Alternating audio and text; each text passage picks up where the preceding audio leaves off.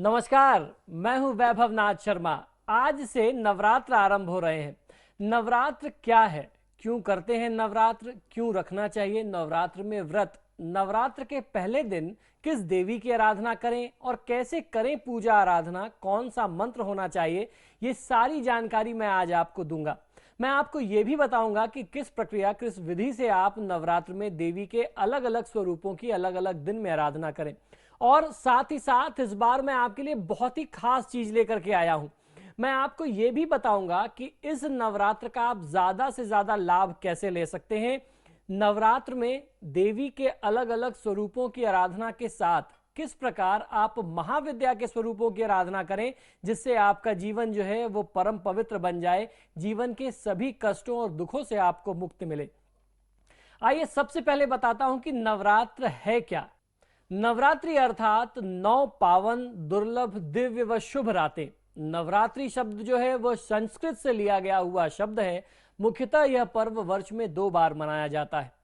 शक्ति की उपासना का यह पर्व चैत्रीय नवरात्र प्रतिपदा से नवमी तक निश्चित 9 तिथि, 9 नक्षत्र, 9 शक्तियों की नवदा भक्ति के साथ सनातन काल से ही मनाया जाता रहा है। शास्त्रानुसार यह पर्व वर्ष में 4 बार आता है।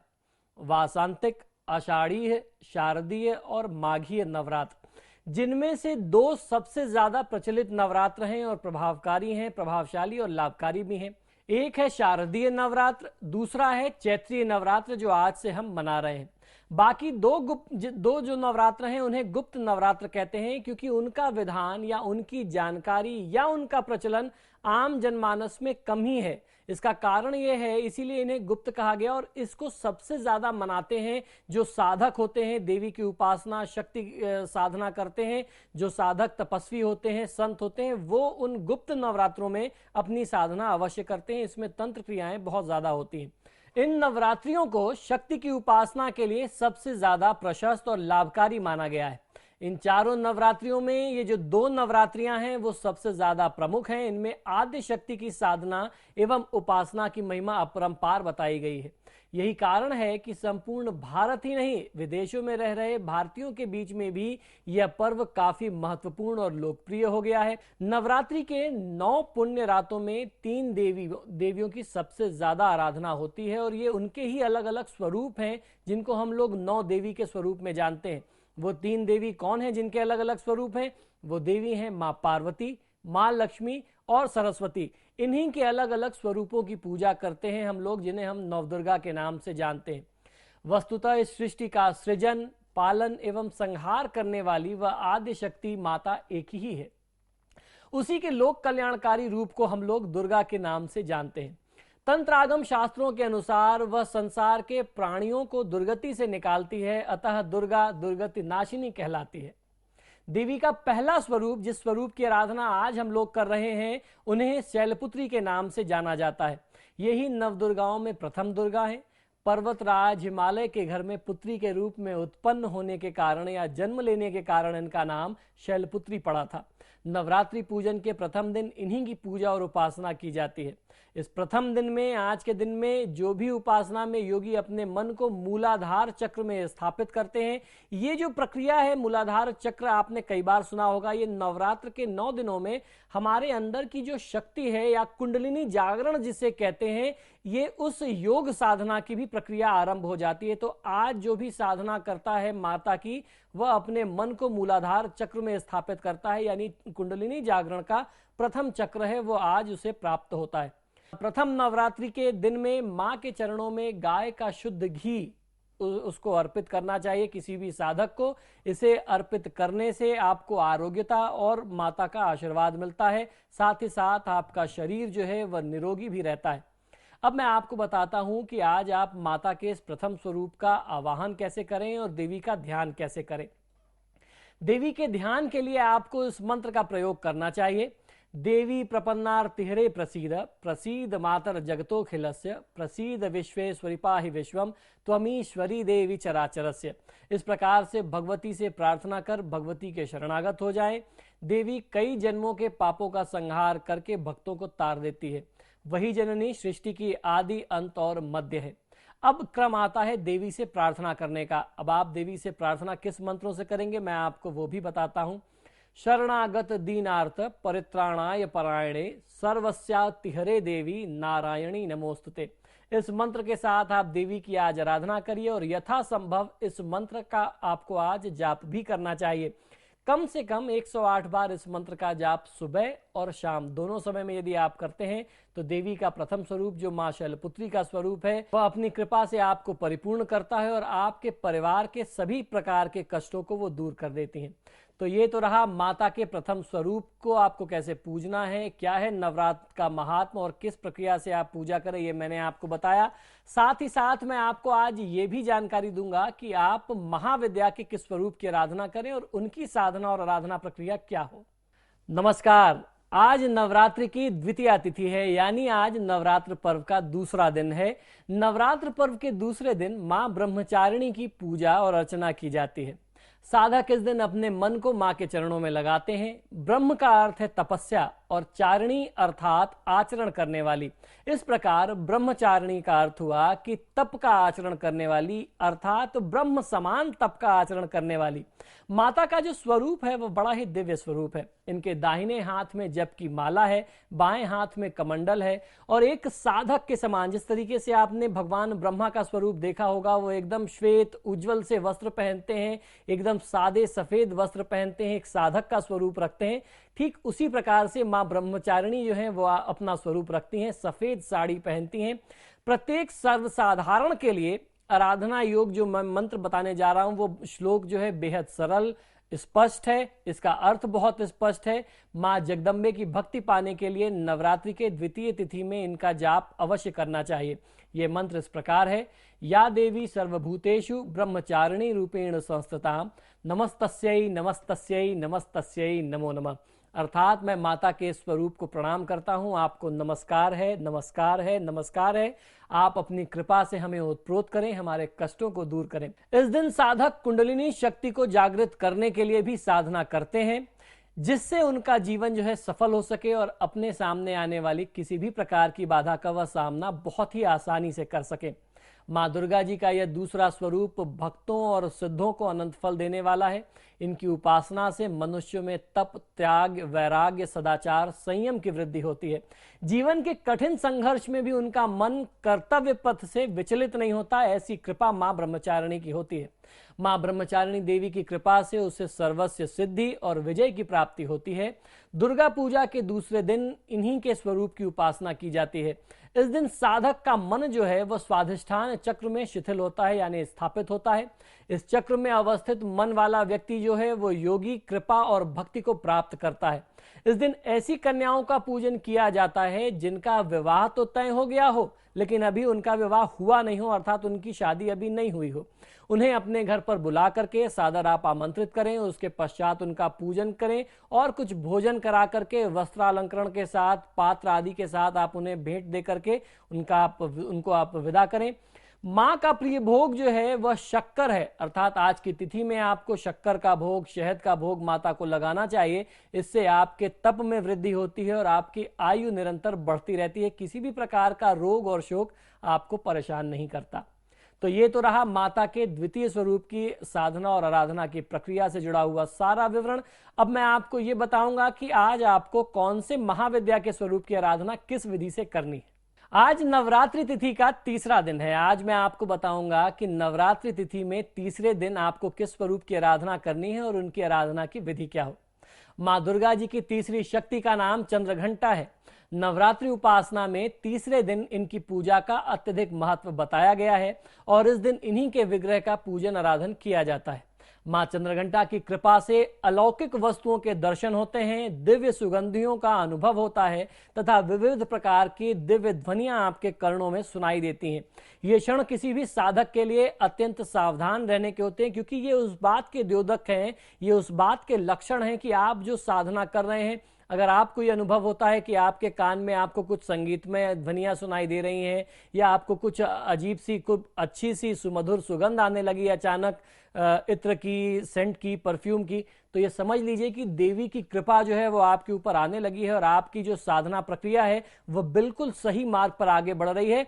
तो जब आपको ऐसा अनुभव हो तो इस अनुभव को प्राप्त करके आप अपनी साधना के लिए और ज्यादा सचेत हो जाइए और अलर्ट हो जाइए, क्योंकि अब आप बिल्कुल सही मार्ग पर बढ़ रहे हैं। इसमें किसी भी प्रकार की बाधा नहीं आनी चाहिए। मां का ये जो स्वरूप है वह परम शांतिदायक और कल्याणकारी स्वरूप है। माता के मस्तक पर घंटे के आकार का अर्धचंद्र स्थापित है। इसी कारण से इन्हें चंद्रघंटा देवी कहा जाता है। इनके शरीर का रंग स्वर्ण के समान चमकीला है। माता के 10 हाथ हैं। इनके 10 हाथों में खड्ग आदि शस्त्र तथा बाण आदि अस्त्र विभूषित हैं। इनका वाहन सिंह है। इनकी मुद्रा युद्ध के लिए उद्यत रहने वाली है, अर्थात ये जो युद्ध की मुद्रा है, आपके ऊपर आने वाले किसी भी काल को टालने के लिए माता तत्पर रहती हैं, ऐसा स्वरूप मानना चाहिए। हमें चाहिए कि अपने मन, वचन और कर्म एवं काया को विहित विधि विधान के अनुसार पूर्णतः परिशुद्ध करके और पवित्र मन के साथ मां चंद्रघंटा के शरणागत होकर के उनकी उपासना और आराधना करें। उसमें आप तत्पर रहें। उनकी उपासना से हम समस्त सांसारिक कष्टों से विमुक्त होकर के सहज ही परम पद के अधिकारी बन सकते हैं। हमें निरंतर उनके पवित्र विग्रह को ध्यान में रखते हुए साधना की ओर अग्रसर होने का प्रयत्न करना चाहिए। उनका ध्यान हमारे इहलोक और परलोक दोनों के लिए परम कल्याणकारी और सद्गति देने वाला होता है। प्रत्येक सर्वसाधारण के लिए आराधना योग, ये मैं जो सरल सा मंत्र आपको बता रहा हूं, इसका अर्थ बहुत ही स्पष्ट है। मां जगदम्बे की भक्ति पाने के लिए किसी भी साधक को इस मंत्र को कंठस्थ कर लेना चाहिए और नवरात्र की आज तृतीया तिथि में इसका जाप आपको अवश्य करना चाहिए। यह मंत्र इस प्रकार है: या देवी सर्वभूतेषु चंद्रघंटा रूपेण संस्थिताम नमस्तस्यै नमस्तस्यै नमस्तस्यै नमो नमः। इसका अर्थ बेहद सरल है, अर्थात हे मां सर्वत्र विराजमान और चंद्रघंटा के रूप में प्रसिद्ध मां अम्बे, आपको मेरा बार बार प्रणाम है। या आप इसको ऐसे भी समझ सकते हैं कि मैं आपको बारंबार प्रणाम करता हूं। हे मां, तुझे सब पापों से मुझे मुक्ति देनी है। इस दिन किसी कन्या को बुला करके यदि आप उसका पूजन करते हैं तो बहुत अच्छा लाभ मिलता है, और पूजन करने के बाद आपको उसे कुछ भोजन भी अवश्य कराना चाहिए। भोजन में प्रमुख तौर पर दही और हलवे का भोग होना बहुत ज्यादा अनिवार्य है। भेंट में कलश और मंदिर की घंटी का भेंट करना आज की तिथि में बहुत अच्छा लाभ देता है। माता को यदि आपको भोग लगाना है तो विशेष भोग जो आप अर्पित करेंगे वो दूध से बना हुआ कोई नैवेद्य होना चाहिए, कोई खोए का मिष्ठान हो, या फिर घर में आप माता के लिए खीर भी भोग लगा सकते हैं। बना करके अपने हाथों से साफ सफाई से बनाइए, माता को अर्पित करें और उसका कुछ अंश जो है किसी ब्राह्मण को दान करें। इससे आपको अपने दुखों से मुक्ति मिलेगी और परमानंद की प्राप्ति होती है। तो ये तो थी तृतीया तिथि में मां चंद्रघंटा की पूजा आराधना की सारी संपूर्ण विधि। अब मैं आपको बताऊंगा कि महाविद्या के किस स्वरूप की आज आप तृतीया तिथि में और किस विधि के अनुसार आराधना करें। नमस्कार। आज चैत्र मास के शुक्ल पक्ष की चतुर्थी तिथि है, अर्थात नवरात्र का चौथा दिन। चतुर्थी तिथि के दिन मां कूष्मांडा की आराधना की जाती है। इनकी उपासना से सिद्धियों में निधियां प्राप्त होती हैं और उसके साथ साथ आपके समस्त रोग शोक दूर होकर के आयु और यश की वृद्धि होती है। नवरात्रि में चतुर्थी दिन जो मैं मंत्र आपको अब बताने जा रहा हूं, इस मंत्र का यदि आप जाप करते हैं तो आपको बहुत अच्छा लाभ मिलता है, अनंत फलों की प्राप्ति होती है। यह मंत्र इस प्रकार है: या देवी सर्वभूतेषु कूष्मांडा रूपेण संस्थिताम नमस्तस्यै नमस्तस्यै नमस्तस्यै नमो नमः। इसका अर्थ यह है कि हे मां सर्वत्र विराजमान और कूष्मांडा के रूप में प्रसिद्ध अम्बे, मैं आपको बार बार प्रणाम करता हूं। आप मेरे सारे कष्टों को दूर करें, मुझे पापों से, मेरे जो भी पाप हैं, जो भी जाने अनजाने में मेरे से भूल या चूक हो गई है, आप उसे क्षमा करके अपनी शरण में मुझे स्थान दें। अपनी मंद हल्की हंसी के द्वारा अंड अर्थात ब्रह्मांड को उत्पन्न करने के कारण इन्हें कूष्मांडा देवी के रूप में जाना जाता है। संस्कृत भाषा में कूष्मांडा को कुम्हड़ा कहते हैं। जैसे आपने देखा होगा कुम्हड़ा जो हम लोग सब्जियों में प्रयोग करते हैं, बलियों में कुम्हड़े की बलि इन्हें सर्वाधिक प्रिय है। इस कारण से भी मां कूष्मांडा कहलाती हैं। जब सृष्टि का अस्तित्व नहीं था तब इन्हीं देवी ने ब्रह्मांड की रचना की थी, अतः यही सृष्टि की आदि स्वरूपा आदि शक्ति माता है। इनका निवास सूर्यमंडल के भीतर के लोक में बताया गया है। वहां निवास कर सकने की क्षमता और शक्ति केवल यदि किसी में है तो मां कूष्मांडा में ही है। इनके शरीर की कांति और प्रभा भी सूर्य के समान ही दैदीप्यमान है। इनके तेज और प्रकाश से दशों दिशाएं प्रकाशित हो रही हैं। ब्रह्मांड के सभी वस्तुओं और प्राणियों में अवस्थित तेज, मां कुष्मांडा की ही छाया है। माता की 8 भुजाएं हैं। ये जो 8 भुजाएं हैं, इसी कारण से माता जो है अष्टभुजा के नाम से भी विख्यात है। इनके 7 हाथों में क्रमशः कमंडल, धनुष, बाण, कमल पुष्प, अमृतपूर्ण कलश, चक्र तथा गदा है और 8वें हाथ में सभी सिद्धियों और निधियों को देने वाली जपमाला है। माता का वाहन सिंह बताया गया है। मां कुष्मांडा की उपासना से भक्तों के समस्त रोग शोक मिट जाते हैं। इनकी भक्ति से आयु, यश, बल और आरोग्य की वृद्धि होती है। मां कुष्मांडा अत्यंत सेवा और भक्ति से प्रसन्न होने वाली देवी हैं। यदि मनुष्य सच्चे हृदय से इनके शरणागत बन जाए तो फिर उसे अत्यंत सुगमता से परम पद की प्राप्ति हो सकती है। मां कुष्मांडा की उपासना मनुष्य को आदियों व्याधियों से सर्वथा विमुक्त करके उससे सुख, समृद्धि और उन्नति की ओर ले जाने वाली है। अतः अपने लौकिक पारलौकिक उन्नति चाहने वाले किसी भी व्यक्ति को, किसी भी साधक को माता की उपासना में सदैव तत्पर रहना चाहिए। इस दिन जहां तक संभव हो किसी तेजस्वी महिला का पूजन करना चाहिए। उन्हें भोजन में दही, हलवा खिलाना बहुत श्रेयस्कर माना गया है। इसके बाद फल, सूखे मेवे, सौभाग्य का सामान यानी जो भी आपके सुहाग सामग्री है उसको भेंट करना चाहिए, जिससे माता की कृपा आपको प्राप्त हो सके और मनोवांछित फल की प्राप्ति हो सके। आपके मन में कोई भी संकल्प हो, आप उस संकल्प के साथ यदि ये दान करते हैं, किसी सुहागिन स्त्री को, तेजमयी स्त्री की आप पूजा करती हैं, तो आपको बहुत अच्छा लाभ मिलता है। अब मैं आपको बताता हूं कि मां कुष्मांडा को प्रिय भोग कौन सा आपको आज की दिनचर्या में अर्पित करना है। हमारे शास्त्रों में बताई गई विधि के अनुसार माता कुष्मांडा को यदि कुछ प्रिय है तो वह है मालपुए का भोग। तो आज की दिनचर्या में किसी भी देवी मंदिर में जाकर के मां कुष्मांडा को पूरी श्रद्धा के साथ आप मालपुए का भोग अर्पित करें और उसका कुछ अंश किसी ब्राह्मण को दान करना चाहिए। ऐसा करने से आपको विद्या, बुद्धि और तेज की प्राप्ति होती है। मां कुष्मांडा आपका कल्याण करती हैं। जय मां कुष्मांडा। नमस्कार। आज चैत्र मास के शुक्ल पक्ष की पंचमी तिथि है, अर्थात नवरात्रि का 5वां दिन। नवरात्रि का 5वां दिन होता है माता स्कंद की पूजा करने का, अर्थात स्कंद माता की उपासना का आज बहुत ही विशेष दिन है। स्कंद माता की आराधना करने से, साधना करने से मोक्ष के द्वार खुल जाते हैं और माता की कृपा से आपको परम सुख की प्राप्ति होती है। मां अपने भक्तों की समस्त इच्छाओं की पूर्ति करती हैं। श्रुति और स्मृति से युक्त छांदोग्य उपनिषद के प्रवर्तक श्री सनत कुमार जी की माता भगवती का नाम स्कंद है। अतः उनकी माता होने से कल्याणकारी शक्ति के अधिष्ठात्री देवी को 5वीं दुर्गा स्कंद माता के रूप में पूजा जाता है। नवरात्रि में 5वें दिन इनकी पूजा अर्चना का विशेष विधान हमारे शास्त्रों में है। अपने सांसारिक स्वरूप में यह देवी सिंह की सवारी पर विराजमान है तथा चतुर्भुज इस दुर्गा का स्वरूप दोनों हाथों में कमलदल लिए हुए और एक हाथ से अपनी गोद में ब्रह्म स्वरूप श्री सनत कुमार जी को लिए हुए हैं। यह दुर्गा समस्त ज्ञान, विज्ञान, धर्म, कर्म, कृषि, उद्योग सहित 5 आवरणों में समाहित विद्यावाहिनी दुर्गा भी कहलाती हैं। अब मैं आपको बताता हूं कि आज आप स्कंद माता को कौन सा भोग अर्पित करेंगे। यह सर्वसत्य है कि अपने आराध्य की पूजा करने के बाद उन्हें भोग अर्पित किया जाता है। माता को, स्कंद माता को आज की तिथि में केले का भोग बहुत प्रिय है, जो आपको अर्पित करना चाहिए। केले का भोग आज अर्पित करने से आपको निरोगी काया की प्राप्ति होती है। अब मैं आपको बताता हूं कि आज स्कंद माता की आराधना के लिए आपको किस विशेष मंत्र का जाप करना है, जिससे आपको शक्ति की प्राप्ति हो सके। इस मंत्र को आप इस प्रकार से जाप करेंगे। सृष्टि स्थिति विनाशानाम शक्ति भूते सनातनी गुणाश्रये गुणमये नारायणी नमोस्तुते। आप माता से प्रार्थना करें कि हे मां, तुम सृष्टि के पालन करता हो, संहार करने वाली शक्ति भूता सनातनी देवी हो। आपके गुणों के आधार पर आप सर्वमयी हो, सर्वगुणमयी हो। हम आपको प्रणाम करते हैं। हे मां नारायणी, आप हमारा कल्याण करें। इस प्रकार से आज आप माता की आराधना करें और निश्चित ही आपको सद्गुणों की प्राप्ति होगी। मां आपकी सुरक्षा अवश्य करेंगी। जय मां दुर्गे। नमस्कार।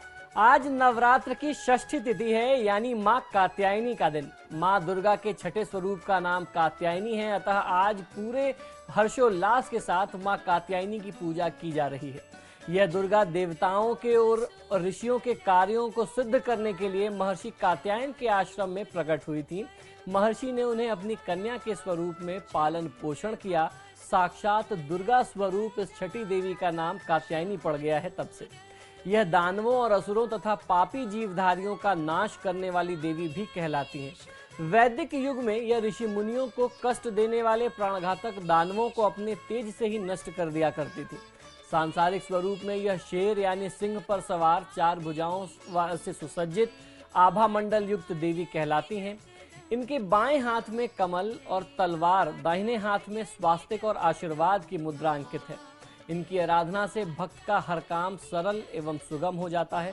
चंद्रहास नामक तलवार के प्रभाव से जिनका हाथ चमक रहा है, श्रेष्ठ सिंह जिनका वाहन है, ऐसी असुर संहार कारिणी देवी कात्यायनी समस्त जग का कल्याण करें। मां कात्यायनी का जो प्रिय भोग है वो आज की दिनचर्या में शहद का भोग अर्पित किया जाता है। तो आज की दिनचर्या में आपको माता को शहद का भोग अर्पित करना चाहिए, जिससे आपके आकर्षण शक्ति में वृद्धि होगी। आयुर्वेदिक औषधीय गुण से भी परिपूर्ण मानी गई हैं माता कात्यायनी। तो आज की दिनचर्या में अगर कोई औषधि अर्पित करते हैं तो आपने सुना होगा अम्बा, अम्बालिका या अंबिका जिसे हम जानते हैं, ये बहुत ही स्वास्थ्यवर्धक मानी जाती है। आम भाषा में इसे मोइया या माचिका भी कहते हैं। ये वात, कफ, पित्त इस तरीके के विकार को नाश करने वाली है, कंठ के रोगों से मुक्ति देती है। खासतौर पे जिन कन्याओं के विवाह में बाधा आती है उनको आज की तिथि में मां कात्यायनी की आराधना करनी चाहिए। मां कात्यायनी को महामाया बताया गया है। हमारे शास्त्रों में जो मंत्र मिलते हैं माता कात्यायनी की आराधना के, वो है कात्यायनी महामाये महायोगिन्यधीश्वरी नंद गोप सुतम देवी पतिम में कुरुते नमः। जिन महिलाओं के विवाह में बाधा आती है उनको कात्यायनी देवी की आराधना करना और इस मंत्र का जाप कर लेना बहुत अच्छा लाभ देता है। और उसके साथ साथ यदि आप सुहाग सामग्री का दान करते हैं तो भी आपको बहुत अच्छा लाभ मिलता है। और आरोग्यता और सौभाग्य की प्राप्ति के लिए भी आज की तिथि में कोई भी व्यक्ति, जो मैं मंत्र अब बताने जा रहा हूं, उस मंत्र का जाप करे तो आपको आरोग्यता भी मिलेगी और सौभाग्य की वृद्धि भी होगी। यह मंत्र इस प्रकार है: देहि सौभाग्यम आरोग्यम देहि में परमम सुखम रूपम देहि जयम देहि यशो देहि द्विषो जहि। अर्थात माता मुझे आप सौभाग्य दें, आरोग्यता दें, परम सुख दें, रूप दें, जय दें, यश दें और काम क्रोध आदि शत्रुओं का नाश करें। तो इस तरीके से आज आप माँ कात्यायनी की आराधना करें। माँ कात्यायनी आपका कल्याण करेंगी। जय माँ कात्यायनी। नमस्कार। आज नवरात्र की 7वीं तिथि है। आज आपको किस प्रकार से किस स्वरूप की आराधना करनी है, ये जानकारी लेकर के मैं आपके पास आया हूँ। आज दुर्गा जी के 7वीं शक्ति, जिसे हम कालरात्रि के नाम से जानते हैं, उनकी आराधना की जाती है। नवरात्र के 7वें दिन में माँ कालरात्रि की उपासना का बहुत ही विशेष विधान है। इसके लिए ब्रह्मांड की समस्त सिद्धियों के द्वार खुलने लगते हैं। जो भी साधक इनकी साधना करता है, अपने महाविनाशक गुणों से शत्रु एवं दुष्ट लोगों का संहार करने वाली 7वीं दुर्गा का नाम कालरात्रि पड़ा। विनाशिका होने के कारण इनका नाम कालरात्रि माना गया। आकृति और सांसारिक स्वरूप में यह कालिका का अवतार यानी काले रंग की अपने विशाल केश राशि को फैला करके 4 भुजाओं वाली दुर्गा हैं, जो वर्ण और वेश में अर्धनारीश्वर शिव की तांडव मुद्रा में नजर आती हैं।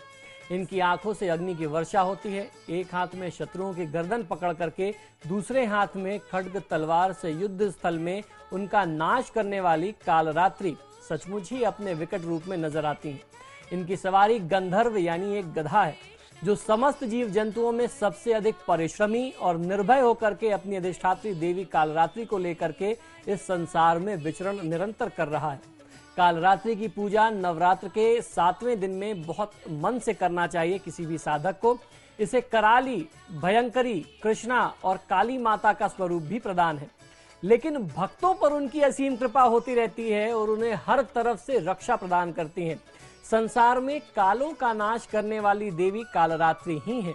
भक्तों द्वारा इनकी पूजा के उपरांत उसके सभी दुख संताप भगवती हर लेती हैं, दुश्मनों का नाश करती हैं, आपके शत्रुओं का संहार करती हैं तथा मनोवांछित फल प्रदान कर उपासक को संतुष्ट करती हैं। दुर्गा का सप्तम रूप कालरात्रि है, जिसे महायोगिनी महायोगीश्वरी कहा गया है। यह नागदौन औषधि के रूप में भी जानी जाती हैं। सभी प्रकार के रोगों से रक्षा करने के लिए, रोगों का नाश करने के लिए, सर्वत्र विजय दिलाने के लिए और मन मस्तिष्क के समस्त विकारों को दूर करने के लिए इस औषधि का प्रयोग हमारे यहाँ आयुर्वेद में बहुत अच्छे तरीके से किया जाता है। तो ये तो पूरी जानकारी थी कि आज आप सप्तमी तिथि में माता की किस प्रकार आराधना करें। अब मैं आपको आगे बताऊंगा कि किस विधि अनुसार आपको कौन से महाविद्या की साधना करनी है। नमस्कार। आज चैत्र मास के शुक्ल पक्ष की अष्टमी तिथि है, अर्थात नवरात्र का 8वां दिन। आज अष्टमी तिथि में माँ दुर्गा की 8वीं शक्ति, जिन्हें हम महागौरी के नाम से जानते हैं, उनकी पूजा की जाती है। नवरात्र के 8वें दिन में महागौरी की उपासना का विशेष विधान हमारे शास्त्रों में बताया गया है। इनकी शक्ति अमोघ और सद्य फलदायिनी है। सद्य फलदायिनी मतलब तत्काल उसी समय आपको कुछ दिनों में ही उनकी उपासना का लाभ मिल जाता है। इनकी उपासना से भक्तों के सभी कलमिश धुल जाते हैं, पूर्व संचित पाप भी विनष्ट हो जाते हैं। नवरात्र के 8वें दिन 8वीं दुर्गा महागौरी की पूजा अर्चना और स्थापना की जाती है। अपनी तपस्या के द्वारा इन्होंने गौर वर्ण प्राप्त किया था, अतः इन्हें उज्जवल स्वरूप की महागौरी, धन ऐश्वर्य प्रदायिनी, चैतन्यमयी, त्रैलोक्य पूज्य मंगला, शारीरिक मानसिक सांसारिक ताप को हरण करने वाली माता महागौरी का नाम दिया गया है। उत्पत्ति के समय ये 8 वर्ष की आयु होने के कारण नवरात्र के 8वें दिन से इनकी आराधना की जाती है, या नवरात्र के 8वें दिन इनकी आराधना की जाती है। अष्टमी तिथि में इनकी आराधना करना किसी भी जातक को, किसी भी साधक को सुख और शांति देता है। अपने भक्तों के लिए यह अन्नपूर्णा स्वरूप बताई गई हैं हमारे शास्त्रों में। इसलिए इनके भक्तों को अष्टमी के दिन कन्या को पूजन कराना और पूजन करना, उसके साथ साथ सम्मान करते हुए महागौरी की कृपा प्राप्त करने का विधान मिलता है। यह धन, वैभव और सुख शांति के अधिष्ठात्री देवी हैं। सांसारिक रूप में इनका स्वरूप जो है वो बहुत ही उज्जवल, कोमल, श्वेत वर्ण यानी सफेद रंग के स्वरूप का, रंग का सफेद वस्त्र धारण किए हुए, चतुर्भुज युक्त, एक हाथ में त्रिशूल है, दूसरे हाथ में डमरू लिए हुए गायन संगीत की प्रिय देवी बताई गई हैं, जो श्वेत वृषभ यानी बैल पर सवार होती हैं। मां महागौरी की आराधना से किसी प्रकार के रूप और मनोवांछित फल को प्राप्त किया जा सकता है। उजले वस्त्र धारण किए हुए महादेव को आनंद देने वाली शुद्धता मूर्ति देवी महागौरी मंगलदायिनी है। मां महागौरी को नवरात्रि के 8वें दिन उनका जो प्रिय भोग अर्पित करते हैं वह है नारियल, अर्थात आज की तिथि में आप सभी भक्तजनों को माता को नारियल का भोग अर्पित करना चाहिए। नारियल से बने हुए मिष्ठान का भोग आप अर्पित कर सकते हैं। किसी ब्राह्मण को और कुमारी कन्या को आज की तिथि में नारियल का दान देना, नारियल भेंट स्वरूप देना बहुत अच्छा बताया गया है। इससे संतान संबंधी समस्त परेशानियों, कष्टों का, दुखों का छुटकारा मिलता है, दुखों का निवारण होता है। अब मैं आपको बताता हूं कि मां महागौरी को आप अपने घर में औषधीय रूप में किस तरीके से पूजते हैं या उनको अपने घर में स्थान देते हैं। तुलसी के पौधे को तो आपने जरूर देखा होगा, और निश्चित तौर पे नवरात्र के समय में संध्या काल में तुलसी के पौधे के आसपास आप संध्या वंदन भी करते होंगे, वहां दीपक भी लगाते होंगे। तुलसी हमारे सनातन परंपरा में बहुत विशेष स्थान रखती है और हर घर में अमूमन पाई जाती है। तो ये जो तुलसी देवी हैं, तुलसी देवी को ही मां महागौरी का स्वरूप मानते हैं। आज की तिथि में यदि कोई व्यक्ति पूरी श्रद्धा के साथ मां महागौरी की आराधना के साथ साथ तुलसी देवी की आराधना करता है, थोड़ा सा कच्चे दूध में जल मिला करके या गंगा जल मिला करके तुलसी के पेड़ में अर्घ देता है और संध्या काल में देसी घी का दीपक लगाता है, तो इससे आपको सुख समृद्धि के साथ साथ ऐश्वर्य के साथ साथ आरोग्यता की प्राप्ति होती है। अब मैं आपको बताता हूं कि आज की तिथि में, आज अष्टमी तिथि का लाभ लेने के लिए सर्व मंगलकारी आप कौन से मंत्र का जाप करें। इस मंत्र का जाप आपको कम से कम 108 बार करना चाहिए। यदि संभव हो सके तो आप अपने परिवार के अन्य लोगों के साथ यानी अपने परिजनों के साथ बैठ करके इस मंत्र का जाप करेंगे तो आपको और ज्यादा लाभ मिलेगा। यह मंत्र इस प्रकार है: सर्व मंगल मांगल्ये शिवे सर्वार्थ साधिके शरणे त्र्यंबके गौरी नारायणी नमोस्तुते। इस मंत्र का जाप कर लेने से किसी भी जातक को हर प्रकार के दुखों से, कष्टों से मुक्ति मिलती है। कल्याणदायिनी शिवा हो, सब पुरुषार्थों को सिद्ध करने वाली हो, शरणागत वत्सला, तीन नेत्रों वाली एवं गौरी हो, तुम्हें मैं नमस्कार करता हूं और आपसे मैं ये प्रार्थना करता हूं कि आप मेरे हर प्रकार के कष्टों से मुझे मुक्ति प्रदान करें। इस प्रकार इस प्रार्थना के साथ यदि आज की तिथि में आप देवी महागौरी की आराधना करते हैं तो निश्चित ही आपको अपने समस्त पापों और दुखों से मुक्ति मिलती है और मां दुर्गा का यह स्वरूप आपका कल्याण करता है। जय मां महागौरी। नमस्कार। तो इस तरीके से हम लोग नवरात्र के 9 दिनों की साधना करते हुए आज 9वीं तिथि में पहुंच गए हैं। आज मैं आपको बताऊंगा कि ये जो अभी तक आपने 8 दिनों की साधना की, आज 9वीं तिथि उस साधना की सिद्धि का अवसर है। तो किस प्रकार आप मां सिद्धिदात्री की आराधना करें जिससे आपकी ये जो पूरी 9 दिन की साधना है वह पूर्ण हो जाए। मां दुर्गा की 9वीं शक्ति का नाम सिद्धिदात्री है। ये सभी प्रकार की सिद्धियों को देने वाली हैं। आज की तिथि में शास्त्रीय विधि विधान के अनुसार पूर्ण निष्ठा के साथ साधना करने वाले साधक को समस्त सिद्धियों की प्राप्ति होती है। अर्थात ये जो 9 दिन की साधना, जो भी सिद्धि आपने की है, आज उसका पूर्ण फल मिलता है। अर्थात आपको अपनी साधना का आज पूरा फल मिलने वाला है। तो आज अपनी साधना में कोई भी कमी, कोई भी कसर मत छोड़िएगा। 9 दुर्गाओं में सबसे श्रेष्ठ और सिद्धि और मोक्ष देने वाली दुर्गा को सिद्धिदात्री के नाम से जाना जाता है। ये देवी भगवान विष्णु की प्रियतमा लक्ष्मी के समान कमल के आसन पर विराजमान है और हाथों में कमल, शंख, गदा, सुदर्शन चक्र धारण किए हुए हैं। देव, यक्ष, किन्नर, दानव, ऋषि मुनि, साधक, विप्र और संसारी जन सिद्धिदात्री की पूजा नवरात्र के 9वें दिन अर्थात आज की तिथि में करके अपने जीवन में यश, बल और धन की प्राप्ति को और ज्यादा मजबूत करते हैं और ज्यादा उसको निश्चिंत करते हैं। सिद्धिदात्री देवी उन सभी महाविद्याओं की अष्ट सिद्धियां भी प्रदान करती हैं जो सच्चे हृदय से उनके लिए आराधना करता है। 9वें दिन मां सिद्धिदात्री की पूजा उपासना करने के लिए नवाहन का प्रसाद अर्थात नवरस युक्त भोजन तथा 9 प्रकार के फल फूल आदि का अर्पण करके जो भी भक्त नवरात्र का समापन करते हैं, आप अपने व्रत का पारण करते हैं, उनको संसार के जो भी कष्ट हैं, धर्म, अर्थ, काम, मोक्ष, जो हमारे यहाँ पुरुषार्थ चतुष्टय बताए गए, उनकी भी प्राप्ति होती है। सिद्धिदात्री देवी सरस्वती का भी स्वरूप मानी जाती हैं, जो श्वेत वस्त्रालंकरण से युक्त हैं, महाज्ञान और मधुर स्वर से अपने भक्तों को सम्मोहित करती रहती हैं। तो आज नवरात्रि के 9वें दिन जो हम लोगों ने अपने घरों में कलश स्थापित किया, नवदुर्गाओं के जो भी सांसारिक स्वरूप को हमने अपने यहाँ स्थापित किया, आज नवरात्र की पूर्ति के साथ उनके विसर्जन की भी परंपरा है। आप गंगा, नर्मदा, कावेरी या किसी भी समुद्र में इनको आप विसर्जित कर सकते हैं, ऐसा प्रमाण हमारे शास्त्रों में मिलता है।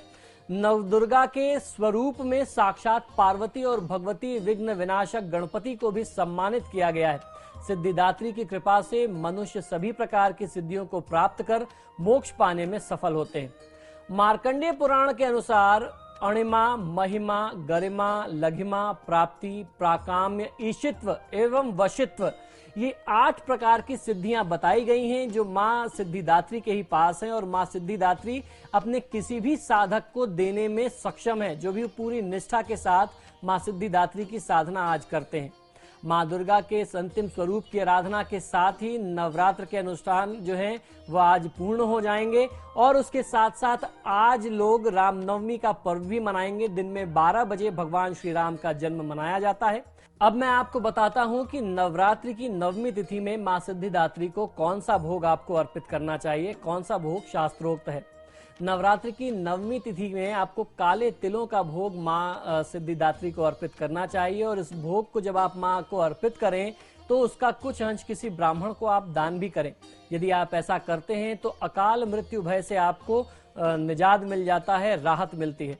साथ ही अनहोनी की जो भी घटनाएं हैं, अनहोनी होने की भी जो भी घटनाएं हैं, उनसे भी आपकी सुरक्षा होती रहती है। अब मैं आपको बताऊंगा कि सिद्धिदात्री देवी जो हैं उनका औषधीय गुण हमारे आसपास किस रूप में मौजूद है। दुर्गा का 9वां रूप सिद्धिदात्री है, जैसा हम चर्चा कर रहे हैं, जिसे नारायणी कहते हैं, या आपने शतावरी सुना होगा। शतावरी बुद्धि, बल एवं वीर के लिए, वीर के विकास के लिए उत्तम औषधि माना गया है हमारे यहाँ आयुर्वेद में। रक्त विकार एवं वात पित्त शोध नाशक है ये जो औषधि है। तो इसका प्रयोग आज की तिथि में करना या ये शतावरी को भोग के तौर पे माता को अर्पित करके स्वयं ग्रहण करना भी आपको आरोग्यता देता है। अब मैं आपको बताता हूं कि किसी भी प्रकार की बाधा शांति के लिए आपको किस मंत्र का जाप करना है जिससे मां सिद्धिदात्री की कृपा आपको मिले और नवरात्र की 9 दिनों की जो साधना है उसका पूर्ण फल आप प्राप्त कर सके। तो आज की तिथि में पूरे शुद्ध भाव से, पूरी निष्ठा से सर्वा बाधा प्रशमनम त्रैलोक्याखिलेश्वरी एवमेव त्वया कार्यम अस्मद वैरिम विनाशनम, इस मंत्र का आपको जाप करना चाहिए। इसका अर्थ बहुत ही सरल है।